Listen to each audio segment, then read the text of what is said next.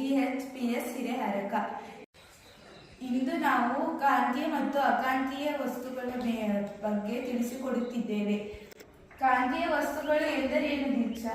ಯಾವ ವಸ್ತುಗಳು ಅಯಸ್ಕಾಂತಕ್ಕೆ ಆಕರ್ಷಿಸುತ್ತವೋ ಅವುಗಳನ್ನು ಕಾಂತೀಯ ವಸ್ತು ಅಂತ ಕರೀತಾರೆ ನಂದಿತಾ. ಹಾಗಾದರೆ ಅಕಾಂತೀಯ ವಸ್ತುಗಳು ಎಂದರೇನು?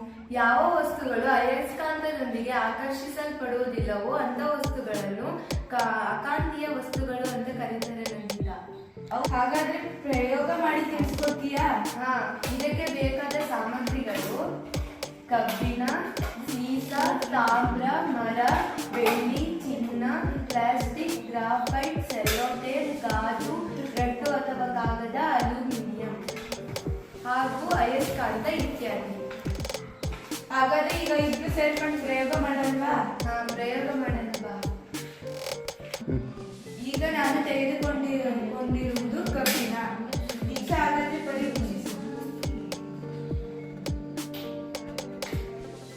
ಇದು ಅಯಸ್ಕಾಂತದೊಂದಿಗೆ ಆಕರ್ಷಿಸಲ್ಪಟ್ಟಿದೆ, ಅದಕ್ಕಾಗಿ ಇದು ಕಾಂತೀಯ ವಸ್ತು ಕಬ್ಬಿಣ. ಎರಡನೆಯದು ಸೀಸ.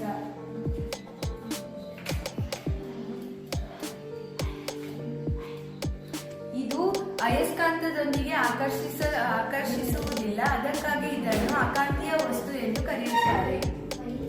ಮೂರನೆಯದು ತಾಮ್ರ. ತಾಮ್ರವು ಕೂಡ ಅಯಸ್ಕಾಂತದೊಂದಿಗೆ ಆಕರ್ಷಿಸಲ್ಪಡುವುದಿಲ್ಲ, ಅದಕ್ಕಾಗಿ ಇದನ್ನು ನಾವು ಅಕಾಂತೀಯ ವಸ್ತು ಎಂದು ಕರೆಯುತ್ತೇವೆ. ನಾಲ್ಕನೆಯದು ಮರ. ಮರದ ತುಂಡು ಕೂಡ ಅಯಸ್ಕಾಂತದೊಂದಿಗೆ ಆಕರ್ಷಿಸುವುದಿಲ್ಲ, ಅದಕ್ಕಾಗಿ ಮರವನ್ನು ಅಕಾಂತೀಯ ವಸ್ತು ಎಂದು ಕರೆಯುತ್ತೇವೆ. ಈಗ ಚಾಪೀಸ್. ಚಾಪೀಸ್ ಅಯಸ್ಕಾಂತದೊಂದಿಗೆ ಆಕರ್ಷಿಸಲ್ಪಡುವುದಿಲ್ಲ, ಅದಕ್ಕಾಗಿ ಇದನ್ನು ಅಕಾಂತೀಯ ವಸ್ತು ಎಂದು ಕರೆಯುತ್ತೇವೆ. ಏಳನೆಯದ್ದು ಬೆಳ್ಳಿ. ಬೆಳ್ಳಿ ಅಯಸ್ಕಾಂತದೊಂದಿಗೆ ಆಕರ್ಷಿಸಲ್ಪಡುವುದಿಲ್ಲ, ಅದಕ್ಕಾಗಿ ಬೆಳ್ಳಿಯನ್ನು ನಾವು ಅಕಾಂತೀಯ ವಸ್ತು ಎಂದು ಕರೆಯುತ್ತೇವೆ.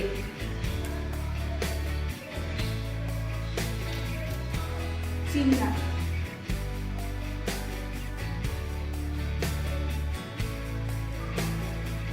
ಚಿನ್ನ ಅಯಸ್ಕಾಂತದೊಂದಿಗೆ ಆಕರ್ಷಿಸಲ್ಪಡುವುದಿಲ್ಲ, ಅದಕ್ಕಾಗಿ ಇದನ್ನು ನಾವು ಅಕಾಂತೀಯ ವಸ್ತು ಎಂದು ಕರೆಯುತ್ತೇವೆ. ಪ್ಲಾಸ್ಟಿಕ್ ಅಯಸ್ಕಾಂತದೊಂದಿಗೆ ಆಕರ್ಷಿಸಲ್ಪಡುವುದಿಲ್ಲ, ಅದಕ್ಕಾಗಿ ನಾವು ಪ್ಲಾಸ್ಟಿಕ್ ಅನ್ನು ಅಕಾಂತೀಯ ವಸ್ತು ಎಂದು ಕರೆಯುತ್ತೇವೆ. ಗ್ರಾಫೈಟ್. ಪೆನ್ಸಿಲ್ನಲ್ಲಿರುವ ಗ್ರಾಫೈಟ್ ಅಯಸ್ಕಾಂತದೊಂದಿಗೆ ಆಕರ್ಷಿಸುವುದಿಲ್ಲ, ಅದಕ್ಕಾಗಿ ನಾವು ಇದನ್ನು ಅಕಾಂತೀಯ ವಸ್ತು ಎಂದು ಕರೆಯುತ್ತೇವೆ.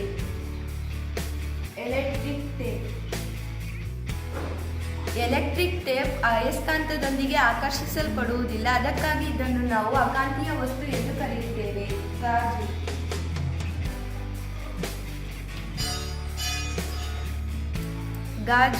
ಗಾಜು ಅಯಸ್ಕಾಂತದೊಂದಿಗೆ ಆಕರ್ಷಿಸಲ್ಪಡುವುದಿಲ್ಲ, ಅದಕ್ಕಾಗಿ ನಾವು ಇದನ್ನು ಅಕಾಂತೀಯ ವಸ್ತು ಎಂದು ಕರೆಯುತ್ತೇವೆ. ರಟ್ಟು ಅಯಸ್ಕಾಂತದೊಂದಿಗೆ ಆಕರ್ಷಿಸಲ್ಪಡುವುದಿಲ್ಲ, ಅದಕ್ಕಾಗಿ ನಾವು ಇದನ್ನು ಅಕಾಂತೀಯ ವಸ್ತು ಎಂದು ಕರೆಯುತ್ತೇವೆ. ಸ್ಟೀಲ್ ಅಯಸ್ಕಾಂತದೊಂದಿಗೆ ಆಕರ್ಷಿಸಲ್ಪಡುವುದಿಲ್ಲ, ಅದಕ್ಕಾಗಿ ನಾವು ಇದನ್ನು ಅಕಾಂತೀಯ ವಸ್ತು ಎಂದು ಕರೆಯುತ್ತೇವೆ. ಕಬ್ಬಿಣ ಬಿಟ್ಟರೆ ಇನ್ನು